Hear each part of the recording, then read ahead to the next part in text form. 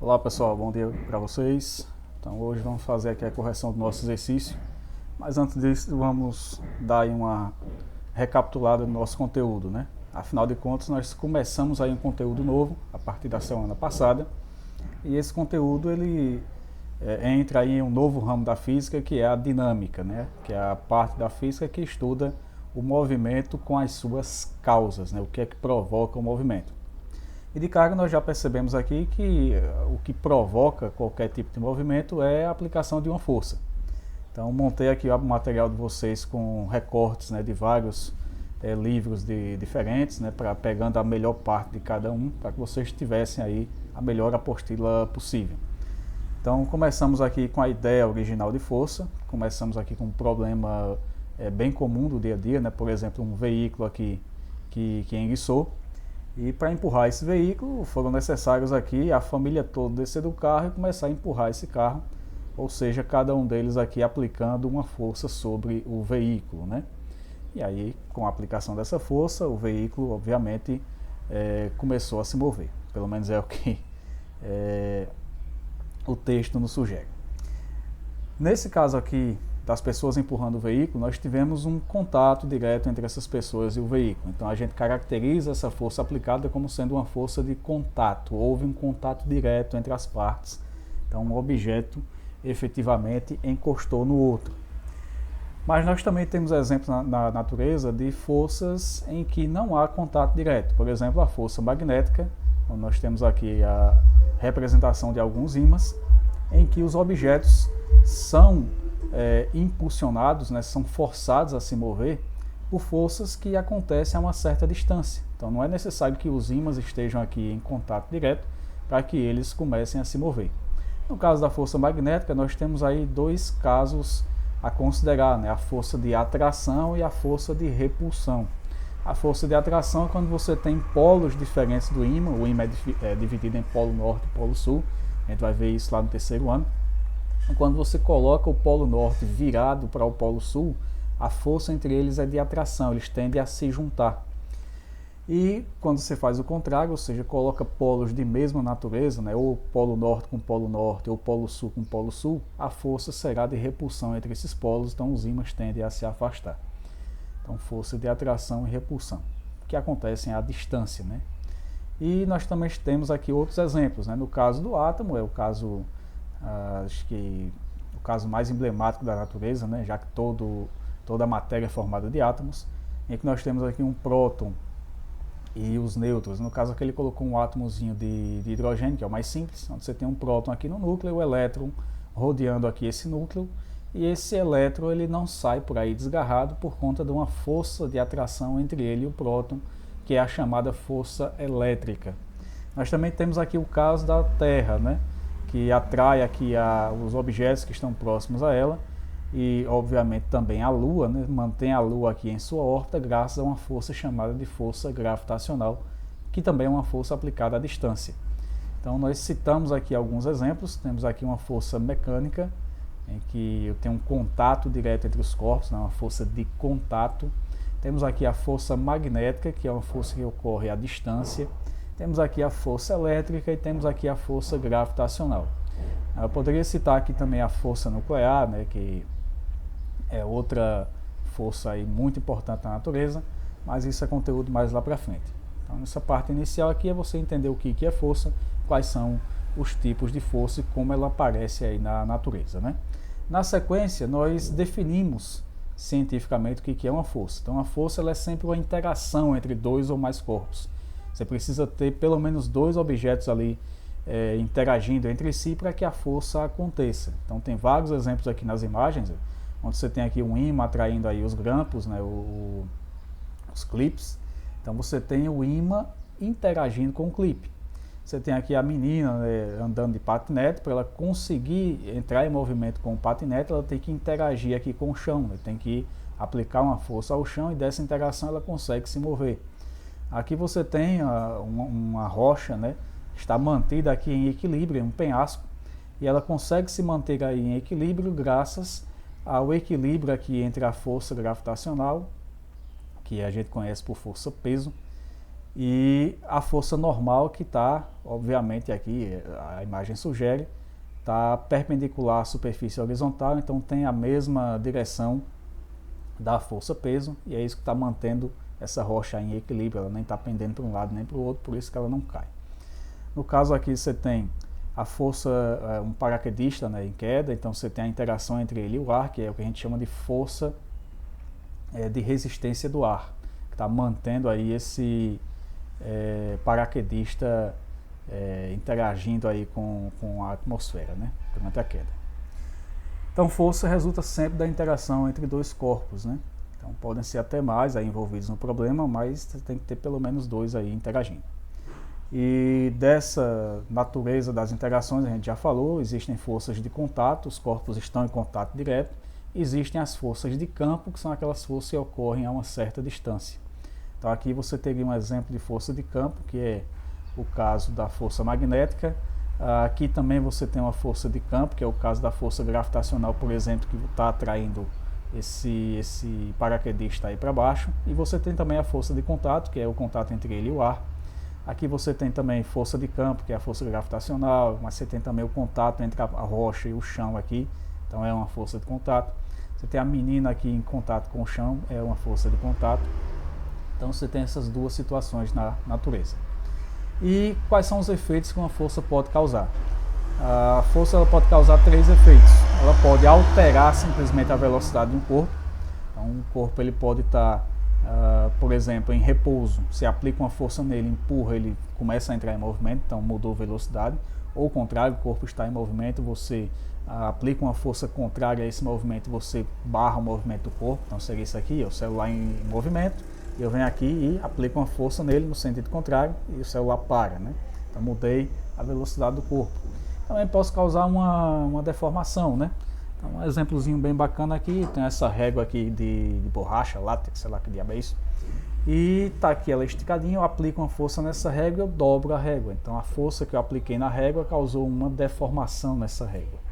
E nós também temos a manutenção do equilíbrio, e o caso mais notório é o nosso próprio caminhar, né? A gente consegue se manter em pé graças à manutenção do equilíbrio, né? A gente se equilibra aí aplicando força perpendicular ao chão, né? E temos também aqui, como exemplo, a pedra aqui também, né? A rocha, né? O que mais nós temos? Vocês viram aí no material que a força, né, ela precisa ser muito bem caracterizada. Então, por exemplo, essa mulher aqui, ela quer levantar essa caixa. Para ela levantar a caixa, obviamente, ela tem que aplicar uma certa força nessa caixa. Então, a força tem que ter intensidade.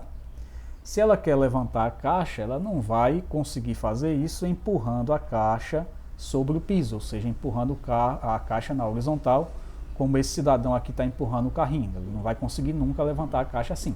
Então, ela tem que aplicar a força onde? Na vertical. Ela quer levantar a caixa. Porém, não só aplicar a força na vertical não é o suficiente. Por quê? Porque se a mulher for lá e empurrar a caixa para baixo, é lógico que a caixa não vai ser suspensa. Então ela tem que aplicar a força para onde? Com sentido para cima. Então perceba que nesse exemplo aqui simples, a gente percebe que a força é uma grandeza do tipo vetorial.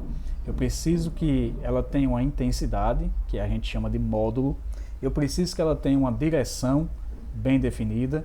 E eu preciso que ela tenha um sentido. A unidade de medida a gente vai ver daqui a pouco. Porque existe a unidade do SI, existe uma unidadezinha que a gente meio que usa no dia a dia sem saber que é a unidade de força. Mas ficou bem claro aqui que é uma grandeza do tipo vetorial. Tanto é que logo abaixo aqui você tem de novo a retomada aí do assunto vetores, né? Onde você tem aqui que um vetor é representado por uma setinha com uma flechinha na ponta, uma flecha com a setinha na ponta, né? Aqui é a origem do vetor, aqui é a extremidade do vetor. E o módulo desse vetor é o comprimento dessa flecha, né? E a direção é a direção que mantém essa flecha aí numa certa reta. E o sentido é para onde aponta aqui a setinha, né? Então isso aí vocês já viram lá em vetores no assunto anterior. Pois muito bem. Aqui para frente eu coloquei essa parte aqui para reforçar o conteúdo com vocês, que existem aí as três possibilidades, né, da força alterar a velocidade, da força deformar um corpo e dar força a equilibrar um corpo. E aqui você tem a noção vetorial dela, que você vai ter que aplicar todas aquelas ideias de vetores que a gente viu no conteúdo passado. Então, se eu tiver mais de uma força sendo aplicada a um corpo, eu vou na prática descobrir qual é a resultante desses vetores, ou seja, qual é a resultante dessas forças que estão atuando nesse corpo. Que na prática é descobrir qual seria a força que sozinha substituiria todas elas ao mesmo tempo. E para a gente conseguir fazer isso, a gente tem que fazer uma soma vetorial.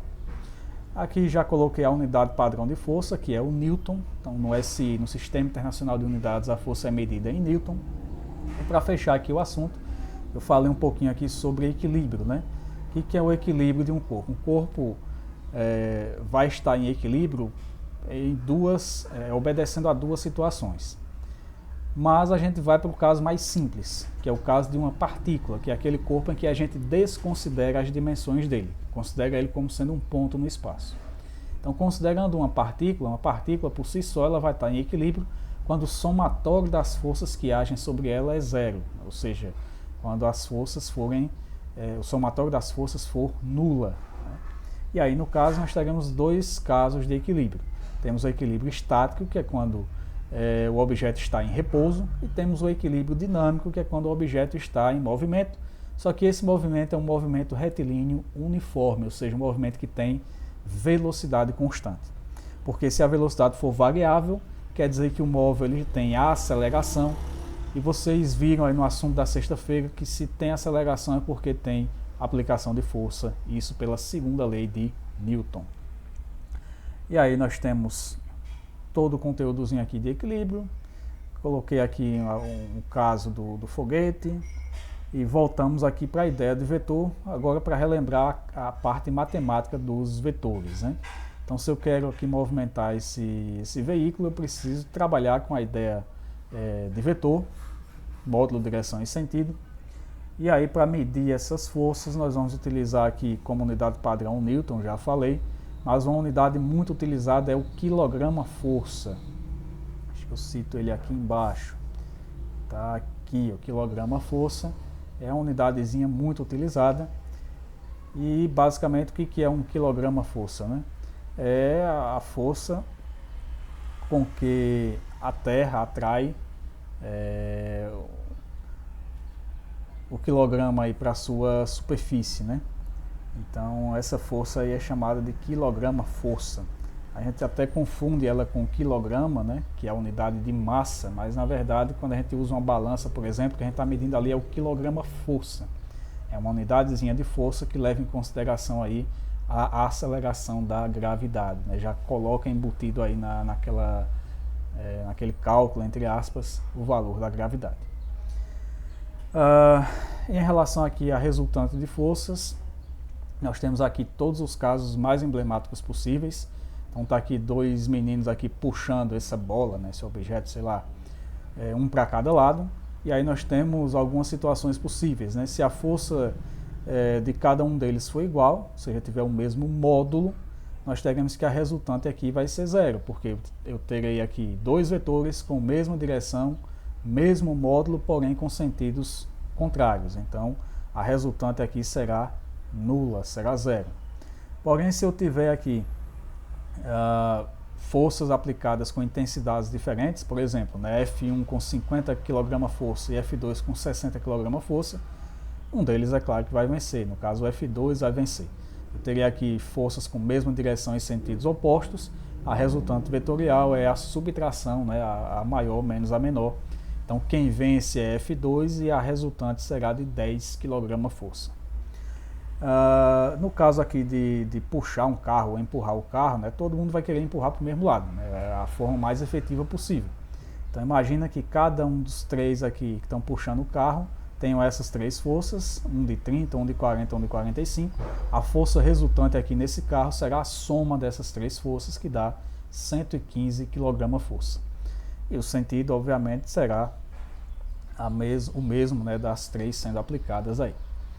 Então, em representação vetorial, nós teríamos isso, colocando o método do polígono, né, bundinha na cabecinha, daqui, ó, um vetor após o outro, cabecinha do primeiro vetor na bundinha do outro vetor e assim sucessivamente, nós teremos os 3 vetores aqui enfileirados e a resultante vetorial é a soma desses 3 vetores.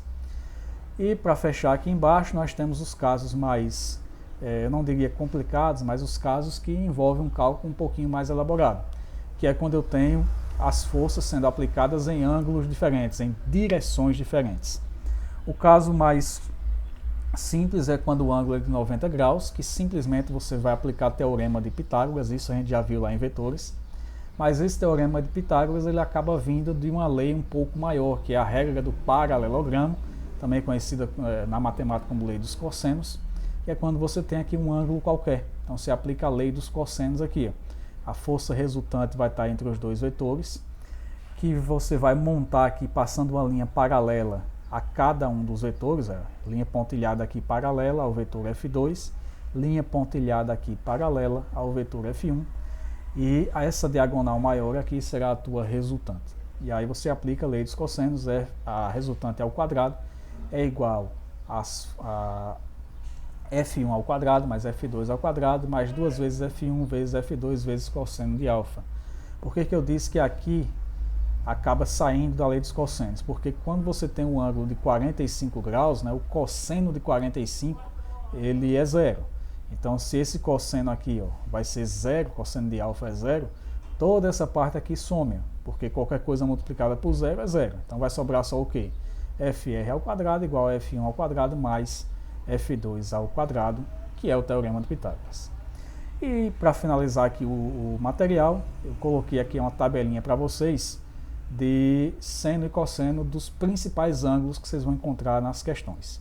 0, 30, 45, 60 e 90, né? Então tá aqui o seno e o cosseno de cada um. Alguns deles envolvem aí umas fraçõezinhas com raízes, né?